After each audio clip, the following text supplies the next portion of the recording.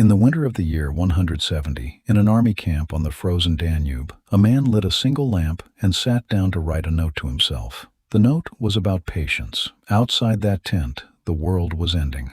A disease no one had a name for was moving through the Roman Empire like weather. It had already emptied whole streets in the capital. It had killed so many soldiers that the emperor was drafting gladiators, bandits, and slaves to fill the ranks. Before it burned out, it would take somewhere between 5 and 10 million people, possibly a third of everyone living inside the borders of the greatest empire on earth. And the man in the tent was the emperor. He had every reason to write a testament, a defense, a list of everything that had been taken from him. Instead, he wrote, "Don't let it make you bitter. That book survived. His empire didn't." And the strangest thing about the most famous book on endurance ever written is what it leaves out. Not once, not one line in 12 chapters, does Marcus Aurelius complain. This is the story of how a man kept working while everything he loved was dying, and what it cost him to do it.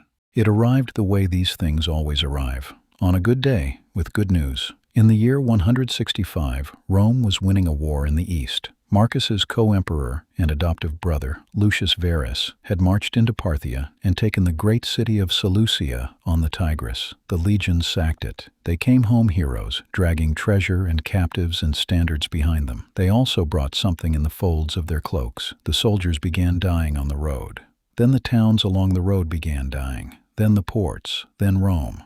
We don't know for certain what it was. The best guess of modern historians is smallpox. What we do know comes from a physician named Galen, who was in Rome when it hit, and who wrote down what he saw: a black rash that covered the body, a fever that wouldn't break, coughing, thirst, ulcers in the throat. If the rash dried and scabbed, you might live. If it didn't, you had about 9 days.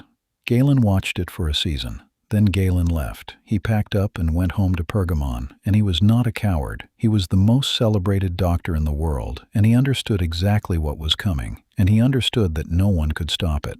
That is the honest picture. The people with the most knowledge got out. The people with money went to their country estates. The temples filled with people bargaining with gods who had gone quiet, and Marcus Aurelius went north, not to escape. The Germanic tribes across the Danube had chosen this exact moment, the year the empire's spine cracked, to come across the river. The Marcomanni and the Quadi poured into Roman territory and pushed all the way into northern Italy, to a city called Aquileia, closer to Rome than any enemy had come in 250 years. So the emperor of a plague-emptied empire went to fight a war he could not staff, on a frontier he could not hold, with a treasury he could not fill. He was 48 years old. He had been sick most of his life, chest pains, stomach trouble, trouble sleeping. He had never wanted the job. He went anyway, and the plague was only the first thing it took from him. Here is what the next 10 years cost Marcus Aurelius personally. Not the empire, him, his brother. In 169, riding back from the front in a carriage beside Marcus, Lucius Verus collapsed. He was dead within days. Some sources say a stroke, others say the plague finally caught the man who had brought it home. He was 38. Marcus escorted the body to Rome, buried him, deified him, and returned to the frontier. His son. That same year, a boy named Marcus Annius Verus died in Rome. He was 7 years old. He was the emperor's heir. Marcus had already buried children before him. Of the 13 or 14 children Faustina bore, only about 6 would outlive their father. Roman parents expected loss. That is not the same as being ready for it. In the Meditations, in a passage where he is coaching himself on how to face the death of a child, he does not use his son's name. He simply reminds himself that this is what it means to have loved something mortal, his wife. Faustina had followed him to the frontier. The soldiers called her Mater Castrorum, mother of the camp, and she earned it because she was there, in the mud, for years. In 175, she died suddenly on the road in Cappadocia. They had been married 30 years. Marcus founded a charity in her name for orphaned girls and asked the Senate to make her a goddess. His peace of mind. And in that same year, 175, his most trusted general in the East declared himself emperor. But that's a story we've already told on this channel, and we're not telling it twice. Count it up. Brother, wife, children, general, army, treasury, 10 years of subtraction. Now, here's the part I want you to sit with. Through all of it, Marcus was doing paperwork, not metaphorically, literally, judicial appeals, frontier logistics, grain distribution, legal reforms. He tightened protections for slaves, for orphans, for the property of minors, in the middle of a war, in the middle of a plague. He heard cases so thoroughly that people complained he was slow. The empire was hemorrhaging, and the emperor was reading petitions. And then the money ran out. By the early 170s, the treasury was gone. Plague kills taxpayers. Dead taxpayers pay no taxes, and war does not become cheaper because you can no longer afford it. Every Roman emperor before him had a solution for this, and it was always the same solution. Take it, confiscate the estates of the wealthy, invent a treason charge, execute a senator, seize his land. It was practically a tradition. Marcus refused. Instead, he held an auction. For 2 months, in the Forum of Trajan, the imperial household sold itself off in public. Gold vessels, crystal, marine cups, his wife's silk gowns embroidered with gold, jewels out of the private treasury, statues, paintings. The emperor of Rome liquidated his own house in the open market to pay his soldiers, in full view of the citizens he was asking to suffer. Think about the theater of that. He could have done it quietly. He didn't. He let them watch. And when the war was won and the money came back, he made an offer. Anyone who had bought imperial property could return it for a full refund. Anyone who wanted to keep it, kept it. No penalty either way. There was no upside in that for him. No monument, no arch. It didn't even make him popular. The Romans loved Trajan for conquest and loved Hadrian for building. Nobody throws a triumph for a man who sold the good silverware. He did it because it was the correct thing to do, and there was no one left to notice. Which brings us back to the tent and the lamp and the notebook. The Meditations was never a book. Marcus never titled it, never published it, and never showed it to anyone.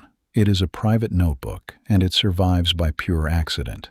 2 of its sections carry a location note in the manuscript, like a soldier's letter home. One says it was written among the Quadi, on the river Granua. Another says, at Carnuntum. Those are frontier postings. That is the plague front and the war front, the same ground, which means we know, with unusual certainty, the conditions in which this was written. Cold, canvas, a camp where men were dying of a disease no one could treat, beside a river across which an enemy was massing. And what does he write in that place? He writes reminders to be less irritable in meetings. He writes that he must stop being annoyed by rude people, because rude people are simply doing what rude people do, and he knew that before he woke up. He writes that a rotten character is a worse sickness than anything in the air. He writes, this is how it is, and you knew it was going to be like this. There is no self-pity in it. There is also, and this is the thing people miss,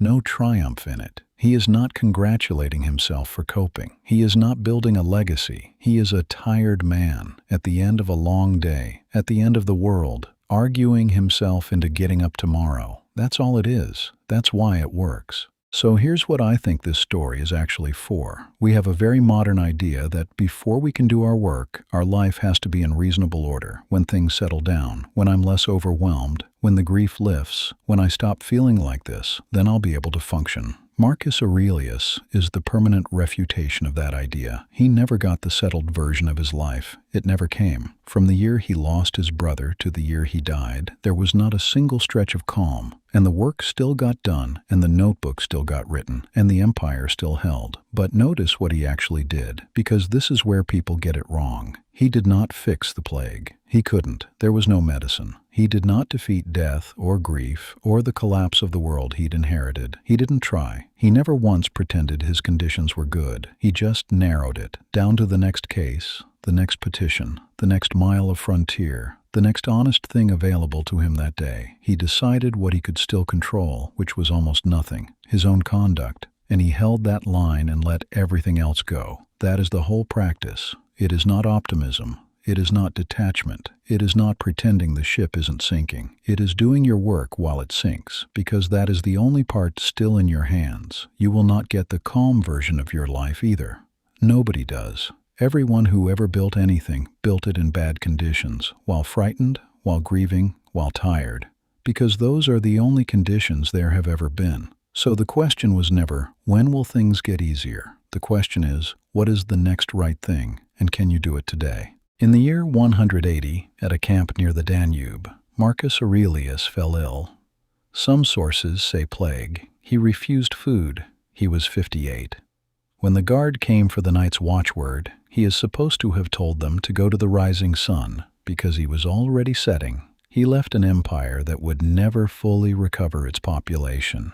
He left a son, Commodus, who would undo much of it. He left a notebook he had no intention of anyone reading, which is now, 18 centuries later, in more hands than any decree he ever signed. He didn't save Rome. He just refused to stop working while it fell. If this is your first time here, this channel tells the real stories behind Stoic philosophy.